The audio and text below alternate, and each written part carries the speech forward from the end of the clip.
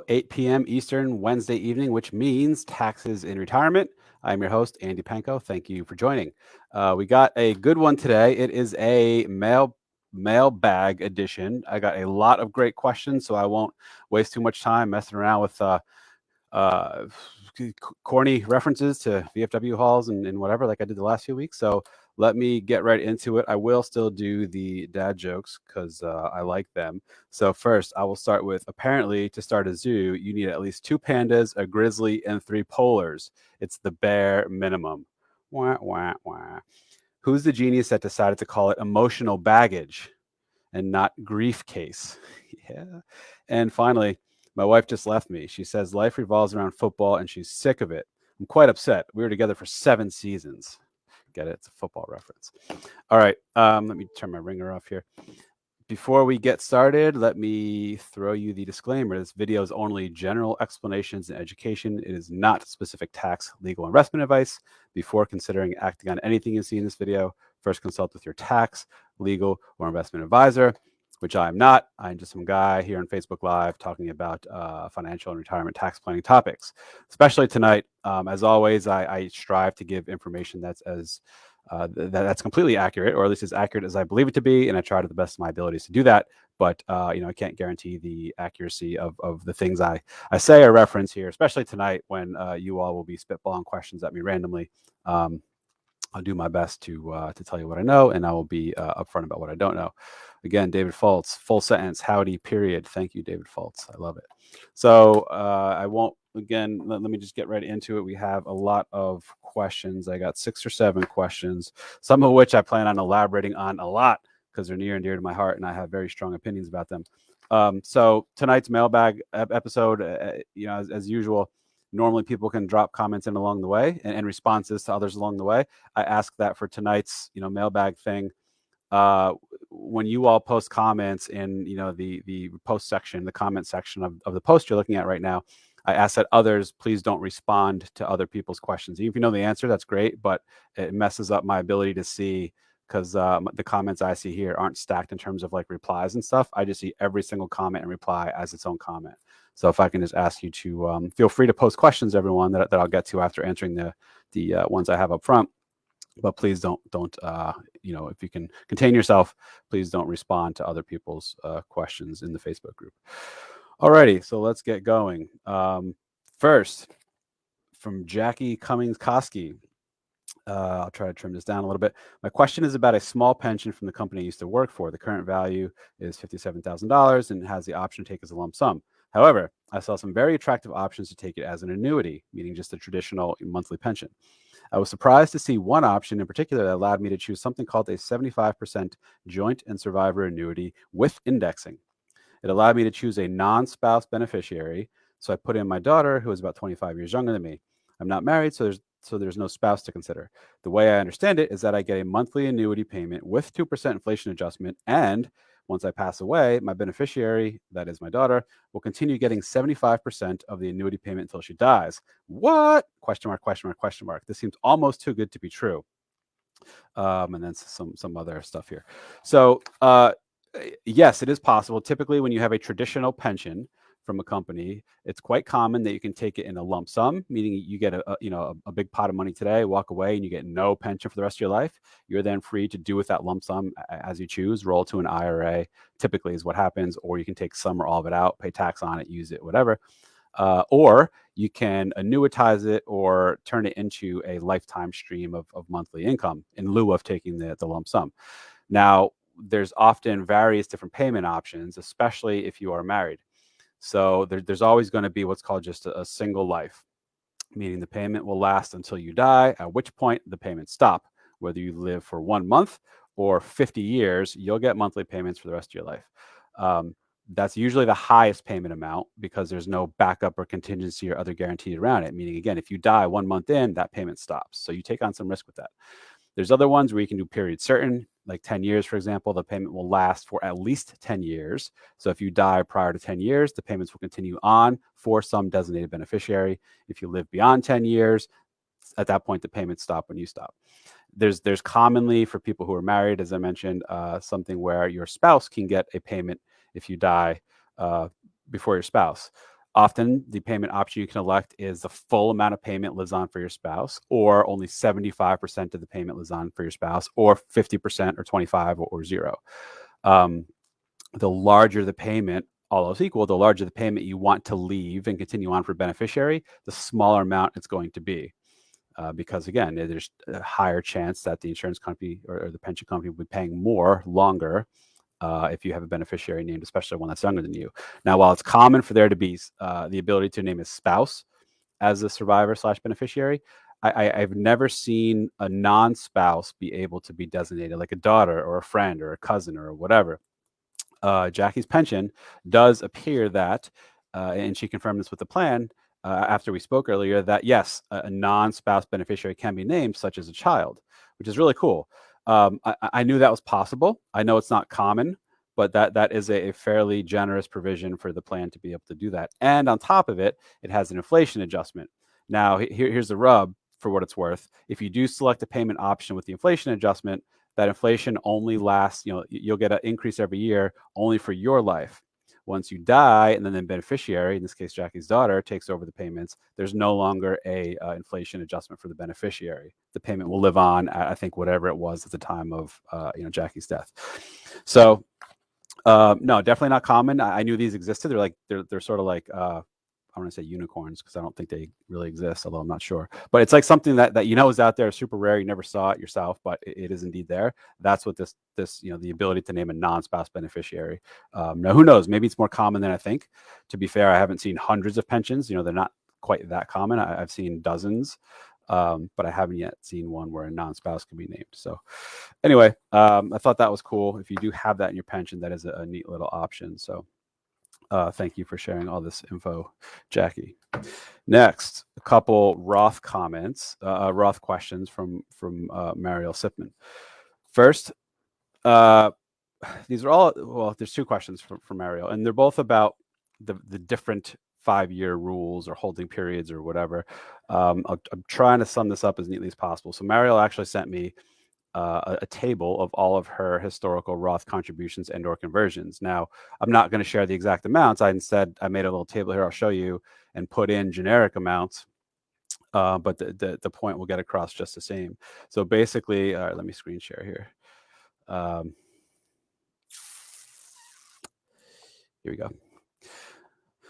All right. So again, these weren't Mariel's actual contributions or conversions. This was just, these were the years in which she contributed or converted. I changed around the numbers a little bit, but question was, here's my historical contribution. So from 1999 to 2011, let's say I made contributions in these amounts into my Roth IRA. And then from 2012 onward, I wasn't able to directly contribute, let's say, because earnings were too high. So I instead started doing backdoor contributions, which is where you first put money into a traditional IRA, don't take a deduction for it, and then convert that over to a Roth. So the question was, how much of this and or earnings on this stuff can I take out at this point? And persons over 59.5. So as you all, as I say all the time, there's a golden ticket where once you achieve that, any Roth monies you take out, period, for the rest of your life is zero tax, zero penalty. You don't have to worry about any of the rules. The two conditions to get that golden ticket are: one, you're at least 59.5, which Mariel is because she told me so. And two, your first Roth IRA was open and funded at least 5 years ago. So looking at this chart, her first Roth IRA was open and funded in 1999, so 22 years ago. So she met that 5-year test, first Roth IRA, at least 5 years old, and met the second test of at least 59.5.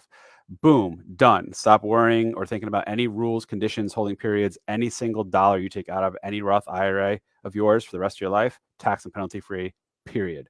Doesn't matter if you put money in tomorrow, you can take it out the next day. Doesn't matter if you do a conversion tomorrow, you can take it out the next day. Any earnings you can take out, etc. Any dollar that comes out, tax and penalty free. Now, I thought, let's have some fun with it. Hypothetically, what if, so let's go back to, what am I looking at here? So you can always take out the amount of your contributions at any time with no tax or penalty, regardless of your age, regardless how old your Roth IRA is. There's no special conditions around that. So let's assume 1999, Mariel started a Roth IRA, put in $2,000, it grew to $2,100. How much could she take out tax and penalty free? $2,000, meaning up to the amount of your contribution. So in all these years, she can take out up to the aggregate amount of all these contributions that she made. And along the way, so 5 years in, she would have hit one of those two conditions, which is, to get the golden ticket, which is first Roth IRA at least 5 years old, and you're 59 and a half. So she would have hit the 5 years old thing, in 2004. Yeah. But she's not yet 59 and a half until, and I don't know this is her actual age. I just threw in a date here just to make an example, but assume she turned 59 and a half in 2014.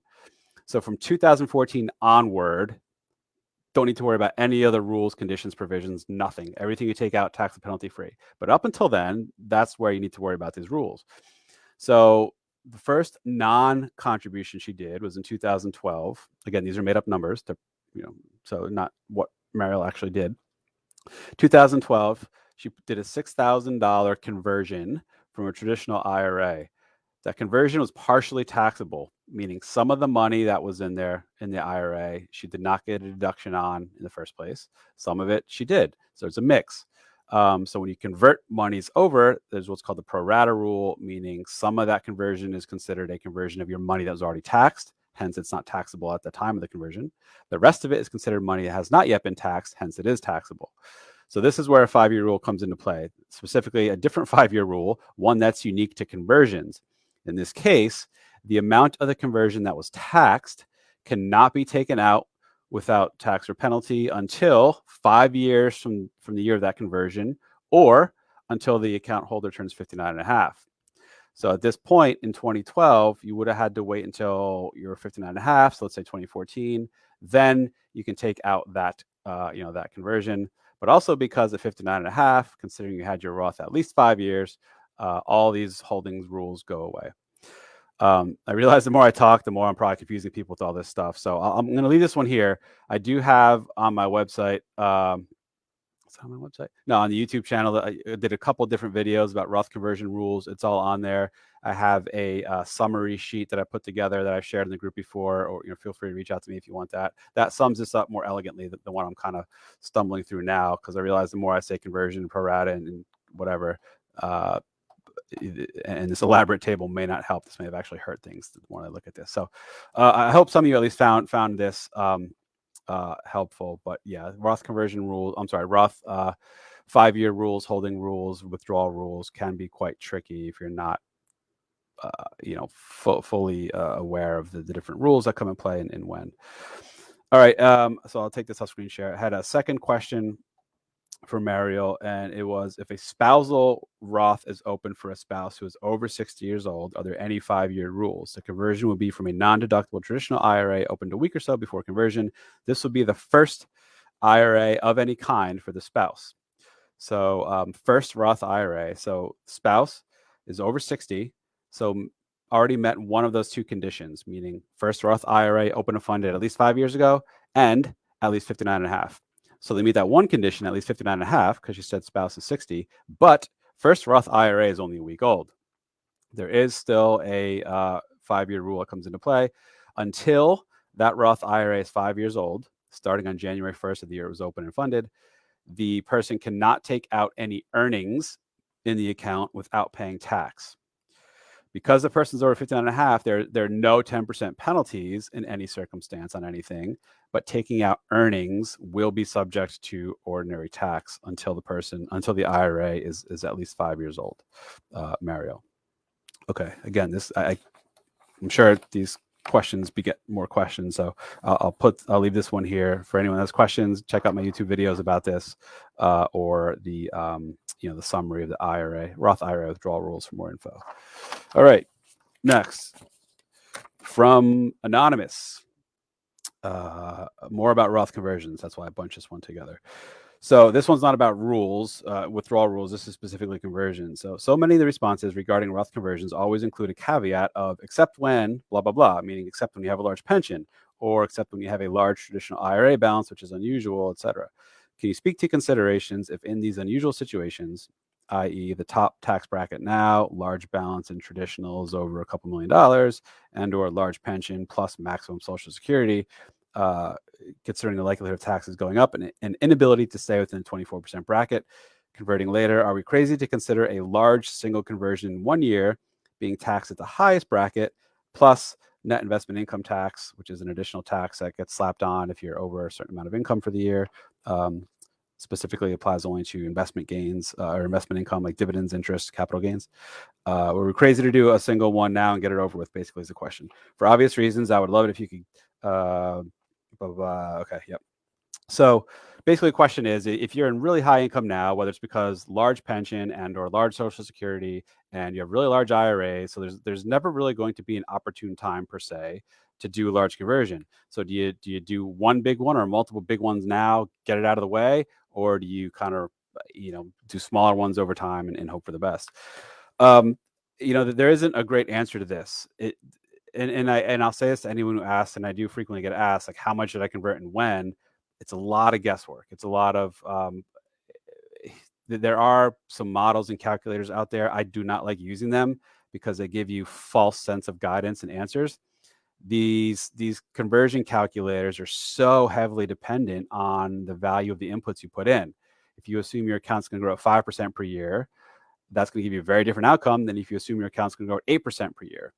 If you assume taxes are going up 5%, it's going to give you a different outcome than if you assume they go up 2% versus 7% versus whatever. Also, your own longevity. If you think you're going to die in 2 years, it's probably not worth doing any of this stuff, or it may not be. If you think you're going to die in 30 years, then yeah, you'll probably get more bang for your buck down the road with these longer term tax savings you're going to experience, hopefully. So anyway, that's just me saying it's impossible to get a right number of how much to convert and when. There's so much guess and speculation about future tax legislation, future market returns, future whatever, that it's futile. Not to say people don't try and get overly granular, in my opinion, with these calculations, but it's what's the word? There's diminishing returns because you're getting so granular with things that will change and be variable. It's kind of a waste of energy to try to get too precise with this stuff. But coming back to the original question, what do you do? Yes, it may not be a bad idea if you do want to do conversions, whether it's for yourself to save taxes or for the sake of your heirs down the road, perhaps to not have to worry about having to pay tax on your stuff that they inherit from you. Maybe you do get it out of the way. Now, I had a call with someone a couple weeks ago in a similar scenario. Great problem to have, but really high income. Had a large taxable portfolio throwing off a lot of dividends, had large pensions, large Social Security. They are already into the 32% tax bracket and never going to, at this point, it looks like they'll never be below that. So knowing they're always going to pay at least 32% tax, the question was, well, knowing the 32% bracket's going up to whatever, it's going up to 35, I think, give or take, or maybe 36, whatever, in 2026, if not sooner. What's the downside of just going nuts converting now, getting it all out of the way at 32%, having it done with, not having to worry about it again? If taxes do go up to 35, 36, 38, 40%, who knows, down the road, we will have avoided that. And on the surface, yeah, that makes sense. I can't knock that plan. On paper, that does appear to be logical. But that assumes taxes will definitely go up. Now, chances are they will, but we don't know for certain. It also assumes you're okay with potentially paying, whatever, $1 million, $2 million in taxes today. That's a tough nut to swallow. Again, even knowing it does seem to be the right answer on paper, I'd be hard pressed to tell someone, yes, I'm confident that all else equal, you're better off paying $1.5 million extra of tax today to save yourself hopefully more than that in the future. I don't know. Maybe I'm just chicken and I'm non-committal in saying that, but that's going to be tough for a lot of people to swallow. So coming back to your question, Anonymous, that's the stuff you have to consider. How much tax are you comfortable and willing to pay today? Are you able to pay today? Do you have cash on the sidelines to pay this much extra tax? And be aware of other things. Like if you are of Medicare age, which I know you're not because you mentioned you're under 59 and a half, the amount you convert will be included in gross income. That could ding you for higher Medicare premiums. The net investment income tax you mentioned, it'll put you into that. So to the extent you have large capital gains, dividends, interest from other sources, you're going to pay higher taxes on that stuff. It is this impossible to answer balancing act of what's the right amount. And I don't think there is. It's just being aware of if you do this, this is going to happen. If you do this, this is going to happen. Knowing the impact so you're not surprised when your tax return comes around, that's kind of the best you can hope for. And also, it's based on your thoughts and views and speculation about the future of taxes. I know some people who are convinced taxes are going to double or close to it, in which case, yeah, go nuts converting as much as today as you possibly can. Other folks are like, yeah, I don't think taxes will be that bad. Or if they are, I'll just deal with it. If you're in a position where you have a lot of money, you have a lot of tax deferred money, you don't need it all. Not that you want to give it away to the government just because, but maybe you don't want to worry about this year-to-year conversion stuff and taxes. You're like, I'm fine. I got plenty to live on. Let's, I'll convert a little bit just because, but otherwise, let me just do my thing and live my life.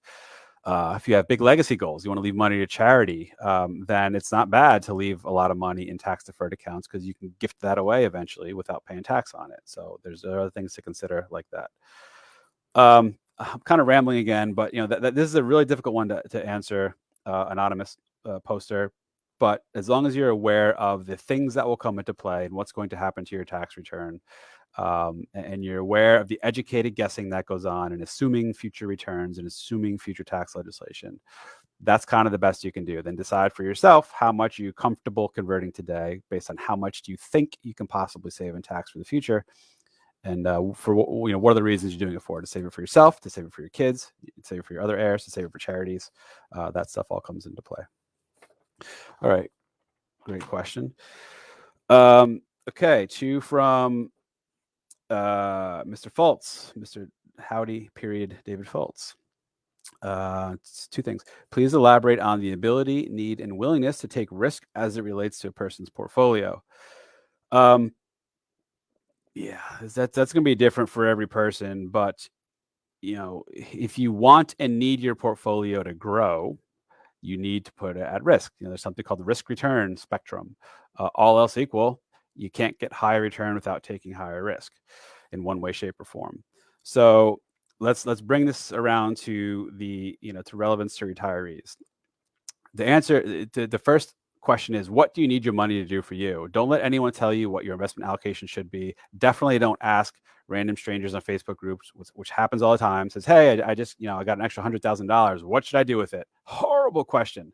Not to say there's not a lot of know-it-alls that will gladly give you their answer of what's right for you, but they know nothing about you or your circumstances or what's best for you. So take it for what it's worth. Anyway, point is, you need to know what your money needs to do for you. At one extreme, there are folks out there, retirees out there, whose pensions, Social Security, and or annuities they have more than cover all their anticipated expenses for the rest of their lives, such that their investable portfolio they don't really need. Not to say they want to give it away for the fun of it, but they don't need that money to support the life they want to have in retirement. Therefore, you can go one of two ways with it. You can go ultra aggressive, put it all into some stocks, shoot for the stars with the growth. If it were to drop 50, 60%, like stocks did during the 08 or 09 crisis, yeah, it wouldn't be cool to see, but it's not going to impact your financial life because you're still fine because you still have a fat pension, Social Security, and or annuities covering everything you need. So really, you're just investing that money for your eventual heirs or charities or wherever that money's going to because you practically don't need most, if any, of it. So you can be super aggressive, or you can be ultra conservative because you don't need the money to grow. So why, if you're going to have Agita overseeing its account values fluctuate, you don't need to invest it. Maybe just plop it all in the bank, break it up into a couple banks to not go over, 250 grand insurance limit. But maybe you just park it all in cash or ultra conservative things, only getting 0.5%, 1% interest per year, just because, right? It's not going to grow, but so what? You don't need it to grow. So you have to start with, what does your money need to do for you? If you need to maximize your portfolio because you're going to need it to live on because your pension and Social Security aren't enough to cover, then you need some risk. How much risk? That's the hard part to figure out, and there isn't really a single right answer. It's a function of doing some questionnaires to try to figure out your emotional views and tolerance towards taking risk. It's doing some quantitative analysis to figure out like how much risk do you need to take to try to get growth without taking on too much growth. So it really all depends.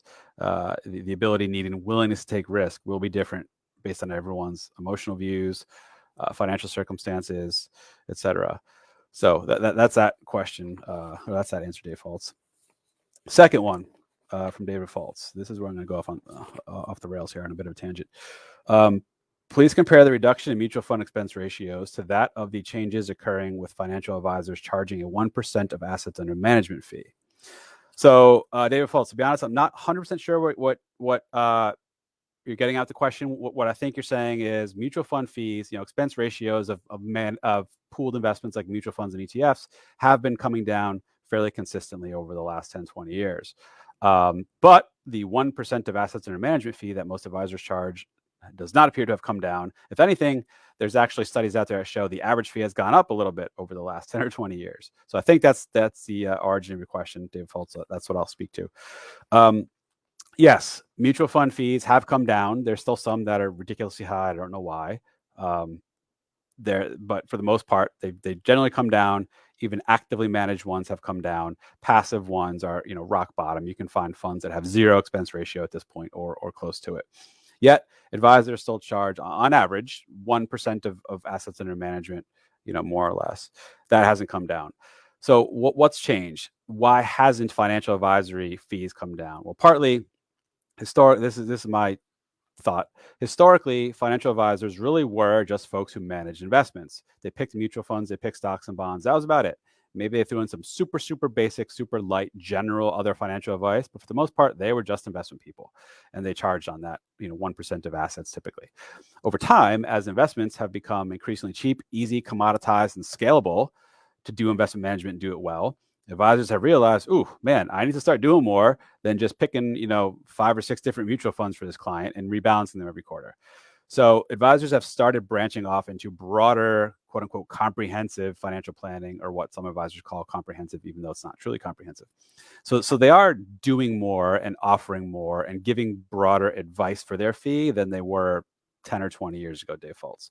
So that's why I believe 1% of AUM is still, unfortunately, kind of the sticky going rate for many advisors that they charge, but they're offering more now than they did 15, 20 years ago. It's not just investment management. Hopefully that answered the question. I'm going to leave it there because there's a few other good questions about advisory services and whatever. And I think this, my rants on those will further add color to this question, Dave Fultz. All right, 2 more here, folks. One is actually 3 parts. So, man, it's 8:30 already. Okay. From June Wang, what does financial planning include? Does it include tax planning and asset allocation and location planning that the client can implement? ? That's one of 3. So financial planning is not a standardized term, which really frustrates me. The industry as a whole frustrates me. There's a tremendous lack of consistency and standardization across products and services sold, how advisors are compensated, the regulations involved. There's 3 drastically different regulatory bodies that all may or may not come into play. There's no defined single terms. There's no rules or limits around who can call himself or herself a financial advisor. Anyone can use that term for themselves. Financial planning, same thing. Anyone can say they're a financial planner. So what is financial planning is really the question, I think, here. Frankly, there is no agreed upon standard definition. There's investment management, which I think most people sort of get. It's when someone picks a collection of stocks, bonds, mutual funds, ETFs for you. They'll trade in, trade out of them as they deem appropriate. They'll rebalance it to keep your allocations where they're supposed to be. And they do some basic tax loss harvesting consideration. If you have a taxable brokerage account, they'll figure out, okay, if I sell this, it's going to have a $3,000 gain for you. If I sell this, I'll have a $2,000. So maybe I sell this instead of that. So they'll take a little bit of tax implications in mind when managing your taxable brokerage account. But that's it. That's pure investment management. And for what it's worth, the going rate for that are places like Betterment, charges 0.25% per year. Step it up a little bit. Vanguard's personal advisory services charges 0.3% for basically just investment management with a little bit of financial planning thrown around, wrapped around it as well. But anyway, so what is financial planning? It really depends. It's in general, it's the offering of advice on multiple parts of a client's financial life, be it investments, be it estate planning, be it insurance, be it college funding, be it taxes, be it retirement planning, be it cash flow planning, be it debt budgeting, whatever. Any one or combination of these things, an advisor who talks about any of these things together, that is financial planning. June. Hopefully that helped. There, it doesn't need to be all 8 or 9 of those things. It could be just 1 or 2 of those things. Financial planning is just more than one of those specific areas. Is financial planning. So no, it doesn't necessarily include tax planning. A lot of advisors flat out do not touch tax planning, either because their firms prohibit it. Like if you work with someone at the big national brokerage firms, those advisors in most cases are flat out restricted from touching anything that looks or smells or walks like tax planning. Other advisors may not have such a hard restriction, but they simply don't do it because they don't know enough about taxes, and it's real easy to mess up actionable, tangible tax planning. So you have to specifically ask when you're interviewing people, do you do tax planning as part of the broader comprehensive advice you're giving me? If so, give me examples of what tax planning is in your mind. Because some people may think tax planning is simply the tax loss harvesting that I mentioned in managing investment portfolio. A lot of people won't touch Medicare IRMA or income projections or how much of my Social Security is taxable. They'll say, got to talk to your CPA, sorry. So ask specifically what tax planning means to that person when they say they do tax planning. Okay, so that was question 1, June. Question 2, what are the differences among the various designations, CFP, CPA, et cetera, education, experience? I can go down a big rabbit hole with this, but June, it'd probably be best to check out the video I did, How to Find a Financial Advisor. I did a 3-part series about that on YouTube, and I did one of these lives. I think it was, I want to say January of this year, perhaps, what to look for in a financial advisor. That'll give you much more detail about this stuff. But the differences is there is no standardization of these designations, and they're all voluntary. Like CFP, CPA, these are not required designations to have to call yourself a financial planner or financial advisor. CFP, for what it's worth, is kind of the generally agreed upon gold standard of voluntary designation to evidence you have at least a basic understanding of broader financial planning and the different topic areas involved. Like I said, retirement, taxes, investments, estate planning, insurance, college funding, debt management, whatever. That's what CFP stands for, Certified Financial Planner, kind of a broad base. CPA, specific to taxes and accounting. Frankly, CPA is kind of overkill. There's 4 bodies of knowledge in CPA, only one of which is tax. The other 3 are more geared towards corporate and institutional accounting and bookkeeping, which is overkill for most financial advisors. Education, this is where it's really sad. To get to CFP, you have to have a college degree. But you don't need a CFP to be an advisor, depending on the regulatory body you're under. So are you a broker? Are you an insurance salesperson? Are you an investment advisor? I could be wrong on this. You may only need a high school degree or equivalent. Historically, you didn't need a college degree to be a stockbroker, to be a securities broker. I don't know that you needed it to be an investment manager. You may now, I'm not sure. I want to say I think you now need a college degree to be an investment security salesperson broker, but I don't even know if that's right. So, and you don't need a degree. If you do have a degree, it doesn't need to be in finance. There's lots of people in the industry who were teachers, educators, engineers, whatever. There's lots of people who career change to become financial advisors. And experience, same thing. There is no minimum to get a license, to be a broker, a salesperson, or investment advisor. There's no legally required minimum to get to CFP. There is a 3-year experience, or is it 2 or 3 year experience requirement. So some of these designations have an experience requirement, but the bare bones minimum license itself, there's none. You can come out of high school, maybe right out of college, get your securities broker's license, and start selling securities to people for commission. It is that simple. And finally, question 3 from June. When a potential advisor uses a different brokerage firm, for example, I use TD Ameritrade, does the client have to transfer all his or her accounts to that brokerage firm, or else the advisor will not take the potential client? Depends. In my case, in many advisors' cases, yes, you do, for better or worse, have to transfer your accounts to the custodian that person has their platform, their services set up with. It's for a few reasons. It's much easier and more efficient for me to manage clients' assets if I actually have the direct discretion to go in and trade on their behalf. Because otherwise, if I work with a client and I give them investment advice and they choose to keep their accounts at Fidelity that I have zero discretion or control or ability to do anything in, I say, okay, it's quarterly rebalance. Here's a list of trades for you to put in to go rebalance. Client may forget to do it. Client may do it wrong. Client may, fat finger and put in double the amount by mistake, or they accidentally sell something in their taxable brokerage account that they weren't supposed to, and you can't undo that. So it's much more disjointed and clunky and possibly prone to error and mistakes if the advisor who's giving direct investment advice can't actually have the ability to trade in that portfolio as himself or herself. So chances are you're not likely to find an advisor who's willing to give you full-on investment advice, but doesn't require you to transfer your accounts to where he or she has their setup at June. Good question. Again, definitely check out my videos, how to find a financial advisor or what to look for in an advisor, whatever they're called. That'll give you a lot more detail about these questions. And finally, one more sort of advisory related question from Mary Paulson Phillip. This was a question that was posted in the group earlier, which we decided I'd address tonight as well. Question is, we've used the CFP for the past 15 years, and I'm not happy with the level of service received from any of the 4 we've had. Our account has migrated within a large national firm when planners left the firm, quite common. Prior to using a CFP, I managed our portfolio, so I'm considering doing that again and saving the fees, which are approximately $24,000 a year. My question is there a certain size of portfolio that would be better handled by a CFP? Our portfolio is all within a traditional IRA. Thanks.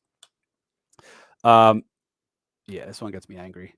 So this comes back to the 1% of AUM average typical advisory fee that David Fultz mentioned. I'm quite vocal, partly as a consumer, partly as an advisor. That percent of assets, I don't get it. I don't know why that's still around. I don't know why people continue to do it that way, other than it's always been done that way. And a lot of people kind of fool themselves into thinking, yeah, this does make sense to do it this way. I don't think it does, for a whole host of reasons. I'm actually writing an article to soon be published in Rethinking 65, which is a relatively new publication put out by the former editors of Financial Advisor magazine. Wall Street Journal just recently published an article a couple weeks back about kind of the 1% of assets fee. Why do we still have it? Anyway, so an advisor setting a fee purely on assets is silly and arbitrary, in my opinion. I can say firsthand, and many advisors can say this if they're willing and able to speak truthfully, that asset size alone is a horrible indicator of the amount of time, resources, or complexity involved in properly serving a client. Whether you're doing pure investment management or you're offering broader financial advice, asset size is a horrible indicator. Now, don't get me wrong. There are cases if you have $50 million, that's substantially more difficult and involved than a client with $2 million. But for, whether you have 1 million to 5 million bucks, even up to 10 million-ish bucks, there's really not that much difference. Asset size alone doesn't really make anything that much more complicated. So at what level of asset size does it make sense or not make sense to work with the CFP? I'd flip that around and say, how much value are you getting from whatever the relationship involves? Is a person just managing investments, meaning just picking stocks and bonds and rebalancing them? If that's the case, no. You can pay 0.3% of Vanguard, get all that, and a little bit of advice on top of it, or pay 0.25% of Betterment and get no hand holding, no personal touch, but you at least get good, clean, cheap, easy investment management.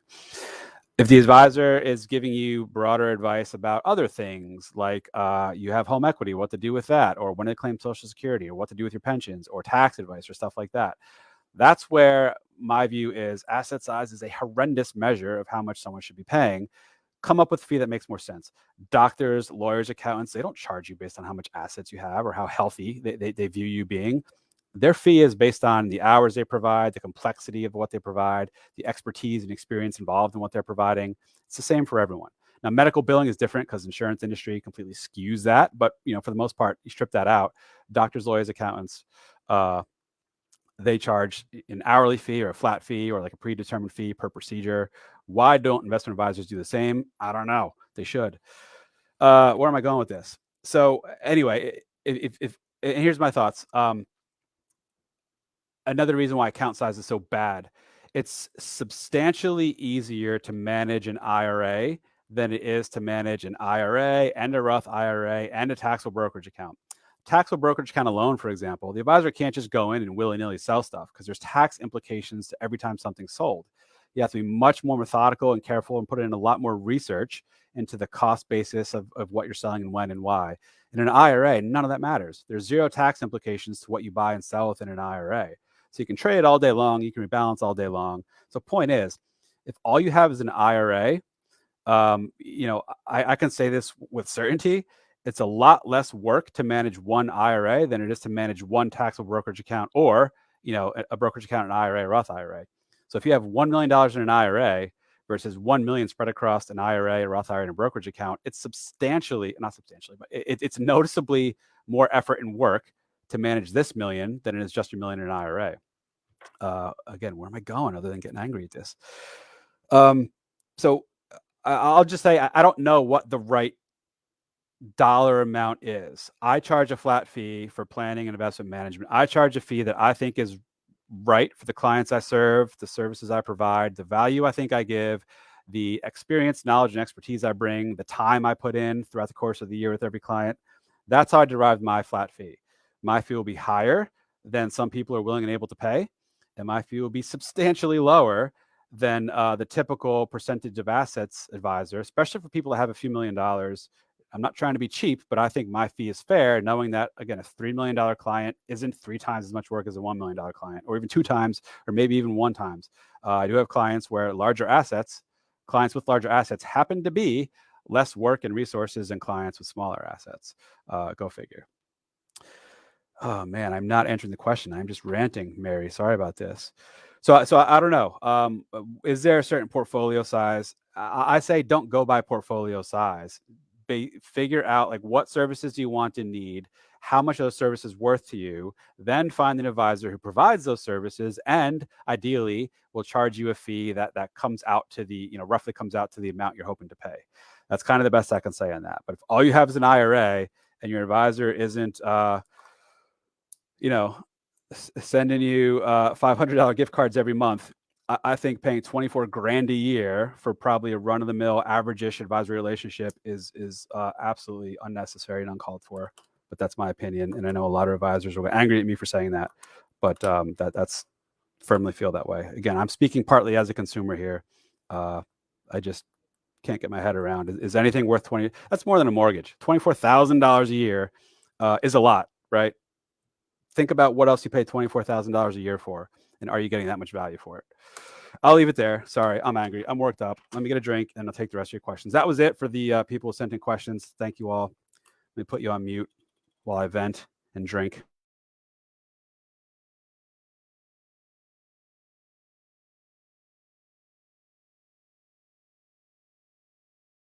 Oh man, almost popped a blood vessel on it. Oh, it's 8:45 already. Wow. All right. I'm going to go up to the top of the list here in questions and see what we got.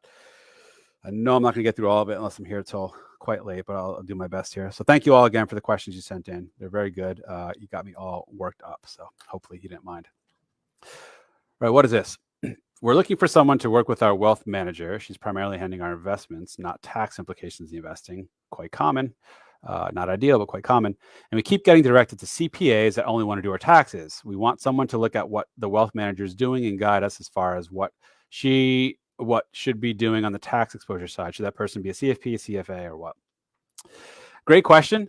There's not a lot of folks. So CPAs and people that do tax returns historically only focus on, let me minimize your taxes this year. Let me look at your return, see how we can get you to pay the least amount of taxes possible this year. They're typically not wired to look 5, 10, 20 years down the road, to take a comprehensive view of your investments and the rest of your financial life and say, you know what, maybe it would be worth it for you to pay 10 grand more in taxes this year to hopefully save yourself 20, 30, over the long run. Most CPAs don't do that. Most financial planners / investment advisors, as you point out, they don't do tax planning, or they try not to, or they're not well equipped to. So they'll just say, we only do investments and planning. We don't do taxes. Talk to your CPA. Well, guess what? You're stuck in the middle. Like, well, you said you don't do it. You said you don't do it. Why don't you two talk, right? And work for me. You just kind of have to ask around. There are folks out there that do meld together good tax knowledge and do actionable tax planning laced throughout your investments and your other financial planning. You just have to ask. Ask like June's question: do you do tax planning? If so, what is tax planning to you? What am I going to get out of it? Those are things you have to ask. I would recommend it's not an absolute requirement, but typically you'd want to see a financial planner / advisor have at least the CFP, Certified Financial Planner designation. There's another one called CHFC. It's as good, arguably a tad better, but not as well known. It's sponsored by a different organization. CFP has a big marketing budget, and they run commercials to promote CFP. So for right or wrong, more people have heard of it as opposed to CHFC. But I'd want to see someone have one of those two. CFA, really unnecessary in my opinion, unless you want a heavy duty custom bespoke investment management process where people are digging into specific securities and putting together a customized portfolio of really unique things for you. CFA is overkill. I used to work in institutional finance. I know lots of people had it. I got part of the way. I passed one of the exams and then gave up because I realized that this is more than I need to do on the CFA. So I understand it. I know what it is, and I know it's way overkill for the vast majority of people who are just looking for general investment management and broader financial planning. So just ask around person, do good questions, do detailed interviewing about what people provide and what you can expect out of them. If a couple's in the 22% tax bracket, should contributions go to a traditional IRA? I guess go to a RITA. I'll assume that means Roth IRA versus traditional. It depends. Way too many other things to know about. It's not just income today, but income in the future. It's tax brackets today versus tax brackets in the future. Also for retirees, it's things like Medicare premiums come into play. If you're on ACA insurance, you need to manage or possibly manage your income to keep it low to get yourself maximum subsidies from those things.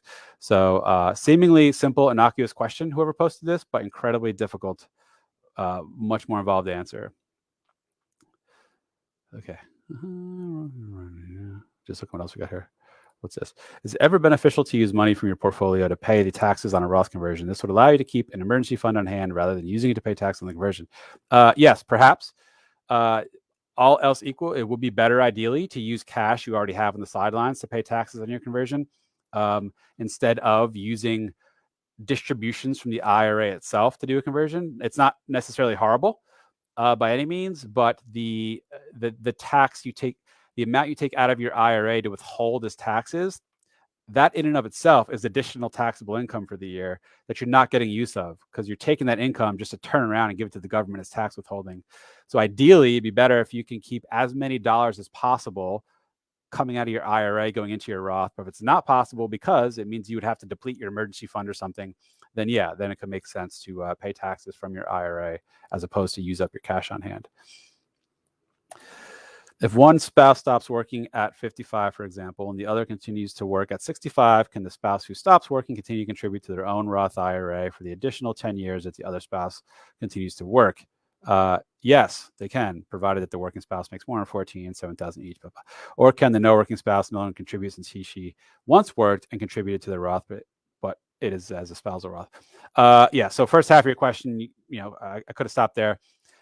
For spouses that file a joint return, that's a big key. You can't file separate returns. If you're married and file a joint return, yes, the non-working spouse can open and or make contributions to an existing IRA or Roth IRA based on looking to the income of the spouse who still works. Great question. And that's called a spousal IRA or Roth IRA contribution. If you have two accounts, let's say 1 million in 401k and 1 million in stocks, and you are age 65 old and want to retire, can you sell your stock to live until 70 or 72 and also convert your 401k to Roth during those 10 years? Does that make sense? Yes, you can sell your stock. And however many dollars that gives you and however much annual expenses that allows you to pay, sure. Can you also convert your 401 to Roth during those years? You can. You'd have to pay attention to when you sell your stock, any gains you have on those sales, meaning you bought it 10 years ago at 100, you sell it now at 150, you're gonna have $50 in gains. Any gains you have will be gross income, so that'll get added to your the amount that you convert. So if you have a lot of taxable gains from selling your stocks, you may not want to overdo it with conversions because you're gonna have a lot of taxable income. If you have relatively low gains or losses even from selling your stocks, then sure, then yeah, you can convert without putting yourself into an unnecessarily high tax bracket during those years. Good question. Any recommendation for which big companies to use for taxable brokerage accounts? No, they're all equally good enough, whether it's Fidelity, Vanguard, TD, Schwab, E-Trade. I think at this point they all have zero commissions on trading stocks and ETFs and some options. I believe they all have zero fees to open and maintain accounts. Maybe there's some little bit of fees. Where they get you is a nickel and dime you on, like, if you wire stuff out, or if you maybe there are some minimums on some accounts. I don't know. And then they pay you nothing on cash. You get 0.01% on your cash balances typically. Outside of that, it doesn't particularly matter. Some have better website interfaces than others. Some offer better stock research than others, if that's important to you. Some have better mobile apps than others. So it's things like that that'll really help drive the decision, I think, Mariel. Less so about the core services they offer, because it's frankly all more or less the same. If I have a large tax-deferred account and assume my kids will be in their peak earning years when I die, should I name my grandchildren as beneficiaries of my tax-deferred accounts? Oh, yeah, great question. So I see where you're coming from. And yes, if your kids will be in their peak earning years and therefore their highest tax years, it may not be ideal to leave them tax-deferred income like IRAs or 401ks, because they're going to be the ones that have to pay taxes on it. Can you leave it to your grandchildren? Yeah, do you think about this? I don't know the answer with certainty. Yes, you can. Let me say that. Yes, you can. Should you? I'm not sure. There's going to be custodial issues, perhaps, where if they're under the age of majority in their state, you'll need to name a custodian, typically one of their parents, as the overseer of that account until the child is 18 or 21 or whatever the age is in the child's state. I'm trying to think of there may be kiddie tax involved. And I'm just speaking from the hip here. I don't know this is or isn't right, so don't quote me. But kiddie tax is basically if minors have over a certain amount of unearned income, so dividends, interest, capital gains, and I think maybe IRA account withdrawals, possibly. There could be tax implications to them where they might be taxed at their parents' tax rates. I forget what kiddie tax is. There are recently changes to it. But I don't know. The answer is not that simple. There's more to it. You'd have to look into what goes into it. But I see and appreciate where you're coming from. And yes, maybe it would be better, but there are some potential snags to further look into before deciding to name your grandkids as the beneficiaries. Can you move Roth inside a variable annuity to regular Roth IRA account without any penalty? So it's not that you have a Roth inside a variable annuity. Technically, you have a variable annuity inside a Roth, if you want to view it that way. So the question is, can you liquidate and or move that variable annuity from a Roth account there into a Roth IRA? And it depends. The variable annuity needs to be outside of its surrender period. Typically, it's anywhere from 5 to 12 years. If you surrender within that time, there will be a penalty, and that penalty can be pretty steep, like 10% or so. If you are outside of that surrender period, then confirm with your insurance company, hey, are there any fees for me to surrender this annuity? If they say no, then that's what you can do. You can surrender the annuity. All that goes to cash inside a Roth account. You can then transfer that to a Roth IRA and do as you please. But if it's not outside the surrender period, there will be a surrender penalty for you to get out of that variable annuity, because all annuities have some sort of surrender period to it. Good question. All right, what else do we got here? I have a few mutual funds that give me large capital gains each year. What would you suggest to do besides selling the mutual funds? You can, a couple things. So you can donate them to a charity, in which case, and you have to find a charity that's able to take securities. Not all are. Typically, the larger, more institutionalized ones are, but the smaller ones, like local food bank or something, probably doesn't have a brokerage account set up and can't take in mutual funds. But you can simply donate them. You donate them. You don't have to pay the tax on the gains. The charity doesn't, because they're tax-free in the first place. You simply just get rid of them. They're off your hands. That's one good way to do it, assuming you don't want them and you're charitably inclined to start with. The other is take it to the grave and get what's called step up in basis. Now, the step up in basis is on the chopping block. It's definitely something that is in the crosshairs of possible tax legislative changes. Still way too early to say what changes are going to happen, if any, and when. So don't take any actions on the assumption that step up in basis will go away. But as things stand now, and as they've stood for a long time, step up in basis is simply if you have non-qualified assets, so things in like a regular brokerage account, like your mutual funds. When you die, your heirs inherit them, and all that gain magically goes away. Any unrealized gain or distributions you had that you were getting, I'm answering the wrong question. So you're talking about the large capital gain, the distributions you get every year. Yes, you can donate them to get rid of that. You can sell them to get rid of that, but you have to pay attention to what your cumulative unrealized gain is, because that'll be taxable. And you can take them to the grave, but assuming you're going to live a long time, that means you're still holding on to these mutual funds every year you're alive, and so you're still getting these large capital gains. So that isn't going to directly help your question here. Sorry, I was answering the wrong question. So that's really kind of it. I mean, you can sell them, but be aware of the taxes when you do sell, or donate them. You can gift them to kids, perhaps, or other relatives.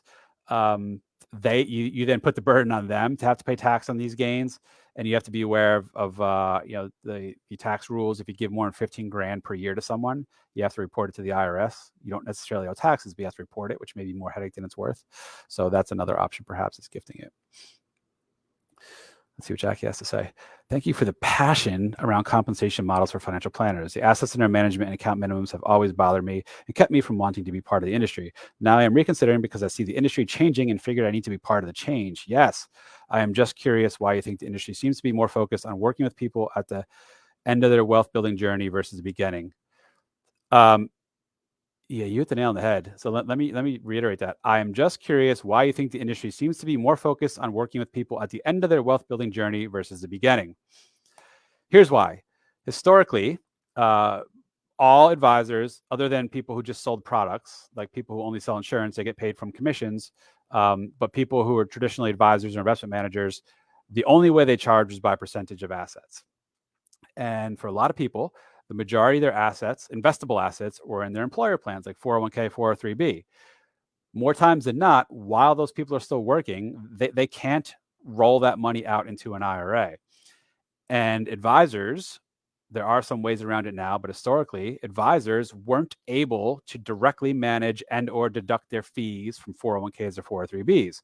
So that basically meant if you're still working, most of your wealth is tied up, investable wealth is tied up in your employer retirement plan, advisor can't help you, because there's no way for him or her to directly manage it and or deduct their fee from it. So it's basically, sorry, can't help you. But once you retire, hey, call us up. Then you can roll over your 401k or 403b into an IRA, which we can manage and which we can deduct our fee from.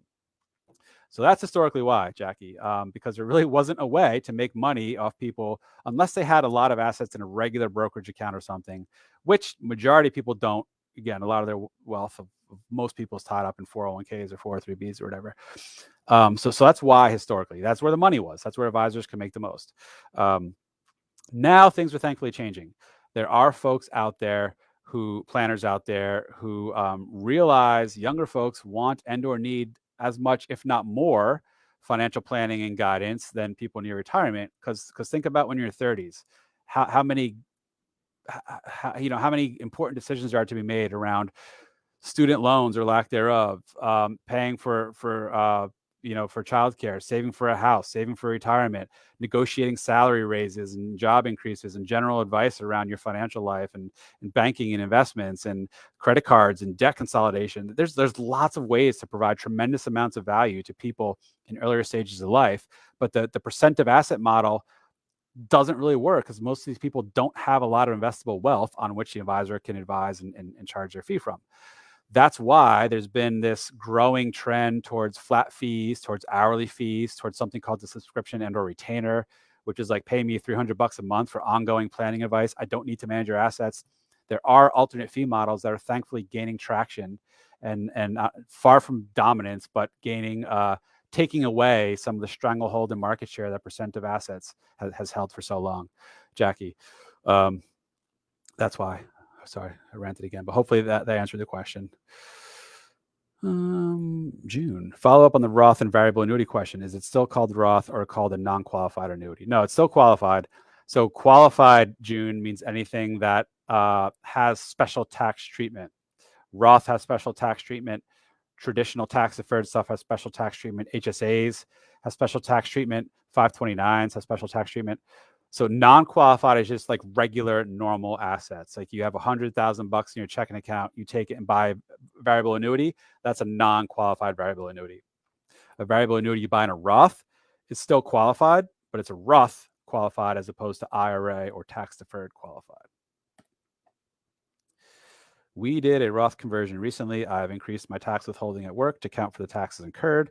Am I doing correctly, or do I have to send the taxes incurred by September 15, 2021? Thanks. Great question. No.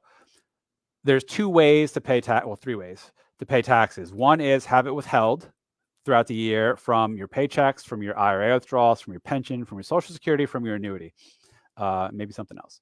That's one, withholdings.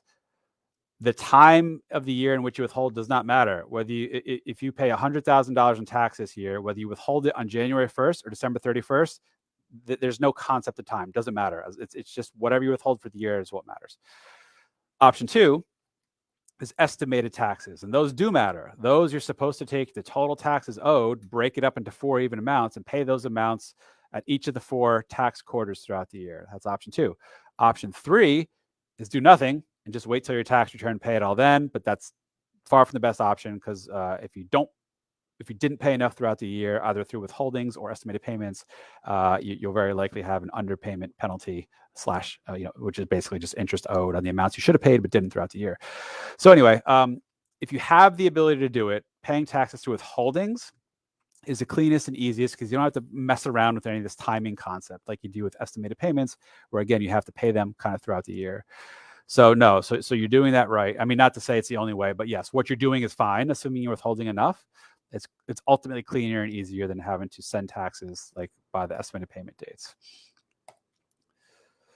Okay, it looks like 2 more questions for now. What's this? My understanding is that long-term capital gains from a brokerage account are currently not taxed if below $40,000. Partially true. Hold that thought. If you have W-2 income and realize long-term capital gains in a year that together total less than $40,000, what impact does that have on taxes? Only tax on W-2 income? Okay, yeah. So, all right, you already knew where I was going with this. I will be, one of these coming weeks, I'm going to be discussing in this weekly live how capital gains are taxed. So we'll get into this in much more detail. But yes, the 40,000 limit, which is actually 40,400, I want to say this year. Yes, 40,400 if you're single, 80,800 if you're married, file joint. That doesn't mean if your total income is 40,000. Well, actually, I'll take it back. If your total taxable income is under $40,000, so you'd have to factor in your standard deduction, which is, let's just assume $12,500 to keep it even. So you can have $52,500 of total income, strip out your $12,500 standard deduction, gets you to $40,000 of taxable income. If your total taxable income is $40,000 or under, any amount within that $40,000 that is long-term capital gains will be taxed at zero. That's true. So let's assume you have $30,000 of wages and $10,000 of long-term capital gains. That gets you to your 40 and no more. Yes, all 10,000 of your long-term capital gains will be taxed at zero, and your wages will be taxed at whatever the ordinary brackets are for $30,000 of gross of taxable income. Just take it a step further. It's not what you asked, but I'll take it a step further. Let's assume your total taxable income is $50,000, which is made up of $30,000 of wages and $20,000 of long-term capital gains. The way that will work is the first $10,000 of long-term capital gains will be taxed at zero because it's within that $40,000 threshold. The additional incremental other $10,000 of long-term capital gains will be taxed at the next long-term capital gains bracket of 15%. So it's not that it's all at 15 or all at zero. It does get split up and kind of done incrementally, like progressively, if you will. Can I speak with the benefit of working with enrolled agents versus CPAs? Sure. Hold on a second. So first, what is EA? I frankly never heard of it until I started wanting to get into this industry. EA stands for IRS enrolled agent. Like I am an IRS enrolled agent. I don't work for the IRS. That's not what it means, but enrolled agent is a license / designation that the IRS administers. It involves taking 3 tests that the IRS creates. And what else was involved? You have to be current on your own taxes yourself. You can't have any criminal background. You need to be at least 18. I think you need to be a citizen or at least a legal resident. And you need to do 24 hours a year on average of continuing education, all tax-specific continuing education. That's what an enrolled agent is. Versus a CPA. Basically, everyone's heard of CPA, which is Certified Public Accountant. And this is why I said CPA is overkill before. So CPAs are really more so for corporate accounting. So like I said, there's 4 bodies of knowledge. At least there was last time I looked, like 10 years ago. I assume it's still the same, hopefully. But in order to become a CPA, there's 4 different areas you need to have, take tests and study in. One is general business environment. That's pretty straightforward. Whatever, business economics, what have you. One is financial statement preparation. So that's like preparing the audited financial statements for companies. 3 is auditing. So auditing companies and their financial statements. And 4 is tax legislation. So as far as like retail personal financial planning goes, these first 3 are completely overkill. Yeah, the general business environment helps. Obviously, the more you know about business economics, the better, but really not necessary per se. The corporate, the financial statement preparation one, completely unnecessary, unless you're a business owner and the part of the planning you want is someone who can help you with your financials and business planning or whatever. The third one, auditing, completely unnecessary. So it's really just the tax one that matters. It'll be like personal and business taxes. But the way I view it, this 4th module, this tax module of the CPA curriculum, is basically the enrolled agent one, because the enrolled agent has 3 parts. It's individual income tax, business income tax, and then like general, representation policies and procedures for tax professionals. So anyway, CPA is kind of overkill. It's really just one of 4 sections of CPA that applies to personal financial stuff, and that's what the EA kind of does, in my opinion. So anyway, so what's the benefit of working with them? Well, these people aren't necessarily tax experts because there's so much tax code out there. Like me, for example, I intentionally don't get involved at all in business taxation. That was the 3rd of the enrolled agent testing and curriculum, which I learned it, studied it, knew enough to pass, but I dumped it all out of my head because I want nothing to do with it, frankly. So I'm far from an expert in business taxation. So, just because I'm an EA doesn't mean I know it all. Same thing with CPAs. They may focus on just certain types of business, or they may not do corporate stuff at all, may only do like individual personal taxes now. So they may be rusty in business planning as well. But point is, if you have either of these designations, it means at least at some point, you knew a lot of what there is to know broadly about taxes, as evidenced by the exams you took and the continuing education you continue to have to do. So the benefit will be that, in theory, these people know more about taxes than your average person off the street who presumably doesn't know as much. But that's not always true. Like David Myers, I don't know if he's watching tonight, but he's another advisor, never met in person, but I'm in a few different groups and networks with him. I have a tremendous amount of respect for him. His knowledge is insanely deep and wide when it comes to taxes. I will say comfortably, he knows a lot more about taxes than many other, qualified tax professionals, enrolled agents I've come across. So you can't judge a book by its cover. But all else equal, yes, having one of these in theory means you know more, or should know more, or at least know where to go to find the answers, as opposed to the average person. So if tax planning, if tax knowledge is important to you, you probably do want to look for someone in your interviewing process that has the CPA or enrolled agent license. Again, not necessary, but all else equal, it should help and should matter. Again, David Myers, one of the big exceptions. The guy's an absolute freak with his knowledge, and I mean that in the most respectful,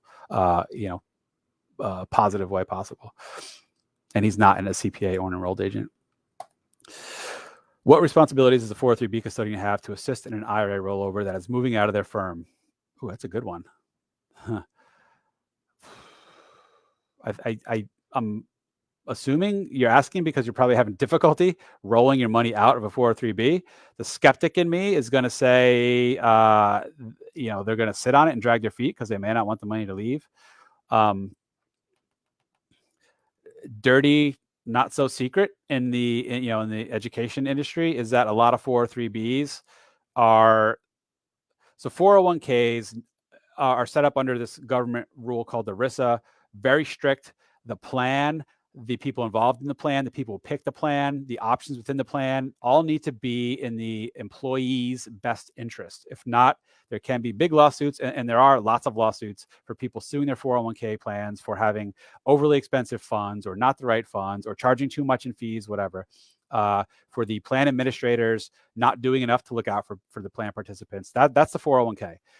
A lot of 403bs don't have that. 403bs often are individual arrangements between the company who runs it and each individual employee. The school district, for example, is rarely, if ever, responsible or has any skin in the game or any liability to them if it's a steamy pile of dung, the 403b plan. Historically, what has happened a lot is 403bs are often run by insurance companies. So like the local slick talking insurance sales guy will be buddy with a friend at the school, or take the superintendent out to lunch, and kind of work their way into the district and get the contract. I don't know if it's an actual contract, or get at least a handshake agreement to have his or her insurance company be the provider of the 403b plans to all the teachers in the district. Again, the district isn't looking out for the person. The district isn't responsible to make sure the plan is in the teachers/employees' best interest. So insurance companies have historically stuffed these 403bs with unnecessarily expensive and restrictive variable annuities and other annuity products and related insurance products. Thankfully, it's changing somewhat. The industry is more aware. People are more aware. If you look up Tony Isola, Isola, he's a super vocal advocate. He was a teacher. Now he's an advisor for Ritholtz Wealth Management, is one of the larger, more well-known, more respected advisors out there. He speaks all the time about the abuses in the 403b industry and how insurance companies take advantage of teachers a lot. So anyway, the skeptic in me is saying perhaps they're sitting on it. And no, I don't think they have a lot of responsibility to assist in helping you take money out of their plan. Now, I like to think they can't full out stop you and prevent you unless there are rules. Like, if you're still working, maybe you can't, which is quite common. But if you retire, no, they shouldn't stop you. It is laborsome and often painful. I've helped a few people roll out 403bs, and it is not easy. There's a lot more steps involved with having to get sign off and other coordinators and administrators to provide things and notarize things. It's usually a lot more work than a 401k. But they shouldn't flat out stop you. But I wouldn't be surprised if they're not very accommodating to helping you move it out either, whoever this was. Anyway, good question. What is the RICP designation? Yeah, so RICP stands for Retirement Income Certified Professional. And like all these designations, it's completely voluntary. This is something that kind of picks up where the CFP, so CFP is broad-based, kind of touches on a little bit of everything involving financial planning: taxes, insurance, estate planning, investments, retirement planning, education planning, debt management, cash flow budgeting, whatever. RICP is really just the retirement focused areas of that. So it picks up and gets into more detail that the CFP didn't about retiree specific things. So it'll be more about taxation of withdrawal strategies, more about Medicare, senior housing and living, more about Social Security, more about annuities, more about drawing a blank, federal benefits, military benefits, long-term care. That's RICP. It's 3 different tests. There's a basic experience requirement. You basically have to work in any business. It doesn't even need to be advisory related. So of all the designations, and Mary, if you haven't already, it may be worth looking into. Again, my YouTube videos I did, how to find a financial advisor. I go into detail about a lot of these things, including RICP. In my mind, there's a few like major designations, those that do take serious amounts of time, education, testing, effort, money to obtain. And there's some of these are frankly like easy to get weekend seminars you show up to. So it's hard to know which credentials are actually meaningful, which ones are fluff. The big ones are CFP, CHFC, CFA, CPA, enrolled agent. PFS is another one, another financial planning one. Those are kind of the big ones. And then these other ones, not to say they're easy, and I mean no disrespect to them. Like I have the RICP, and frankly, it was substantially easier to get than the CFP, and a lot more easier than enrolled agent. So to me, it was by no means like show up one weekend and you get it. It was more work than that, but this isn't nearly as prestigious as CFP or enrolled agent or CFA. But it does evidence someone put the time and effort in to learn more about retirement income planning. And there is some continuing education, but frankly, it's the continuing education for this is kind of a joke. So I wouldn't put too much weight into that. All right, final question from what I see. I did 2 backdoor Roth contributions prior to April 15th in 2020. Thinking one for 2019 and one for 2020. What corrective steps can I do for the mistake? Thanks. I did 2 backdoor Roth contributions prior to April 15th in 2020. Thinking one for 2019 and one for 2020. So by backdoor Roth contributions, I'm assuming you did 2 different IRA contributions, right? Prior to April 15th, 2020. And you subsequently did 2 or even 1, doesn't really matter, Roth conversions prior to 2020. So now, you got to talk to a tax return preparer. There's a lot more we need to be known to answer, but it's quite possible that there isn't necessarily a mistake, because yes, you could have done a 2019 non-deductible IRA contribution in early 2020, and you could have also done a 2020 non-deductible IRA contribution in early 2020. So far, so good, potentially. Then you could have done one or multiple Roth conversions from that traditional IRA into your Roth IRA. That's good too. So there isn't necessarily corrective steps that need to happen without knowing more about what you did or didn't do and what you did in prior years, such as 2019. I can't say that you did or didn't make a mistake, so therefore I can't mention what the corrective action would be. Alrighty. Any other questions? An hour and 17 minutes. Okay, cool. I will stick around a little bit longer. There is a 15 or so second delay, so if you just posted something, I won't see it yet. But if you did post something, hold on. I see you got a message here. What is this? Nothing. Okay. All right, looks like that's it. So I will take this comment off. Where did it go? There it went. Okay. Thank you all. Hopefully you enjoyed this. Sorry for my ranting, but I get passionate about some of these topics here. Thank you for sticking along and not bailing on me. Next week's topic will be the widow/widower tax penalty. What is it? When does it come into play? How to try to minimize or avoid it if possible. So that should be a fun one. Well, thank you all. I will see you next week. Take care.